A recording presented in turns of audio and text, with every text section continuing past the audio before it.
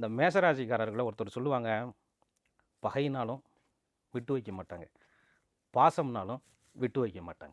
என்னை பகைத்துப்பார், என் ரோசம் என்னன்னு தெரியும், என் மேலே பாசம் காட்டிப்பார், என்னுடைய உண்மையான அன்பு உனக்கு என்னான்னு புரியும் அப்படின்னு புரிய வைக்கிற குணம் மேசத்திட்ட இருக்கிறதுனால தான், அந்த அழகும் அறிவும் ஆளுமையும் இருக்கிறதுனால தான் உங்களுக்கு கோபம் அதிகமாக வருது.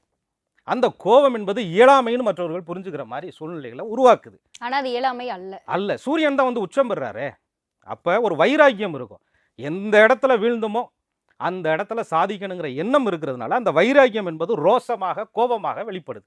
அதனால தான் ரொம்ப ரோசக்காரையா ரொம்ப கோபக்காரையா அப்படின்னு ஒரு மேசராசிக்காரர்களை ஒருத்தர் சொல்கிற மாதிரி இருக்கும். அப்போ அந்த சூரிய பகவான் 5ஆம் அதிபதியாக வந்து ராசி மேலே உச்சம் பெறும்போது, ராசி தானே தலைப்பகுதி, ராசி தானே நீங்கள், ராசி தானே உடல், ராசி தானே மனசு, அந்த இடத்துல வந்து சூரியன் உச்சம் பெறும்போது சொல்லுவாங்கள்ல, நாடி நரம்பு அத்துணையிலையும் அப்படியே வெறி கொண்டு எனக்கு ரத்தமெல்லாம் ஊறி போய் நான் எங்கே இழந்தனோ அந்த இடத்துல நிமிர்ந்து நிற்கணும், அந்த இடத்துல நிமிர்ந்து நிற்கணும் அப்படின்ற எண்ணங்கள் அவர்களுக்கு உருவாக்கிக்கிட்டே இருக்கிறது அந்த சூரிய பகவான் தான். ஆனால் அங்கே ஒரு பிரச்சனை இருக்குமா,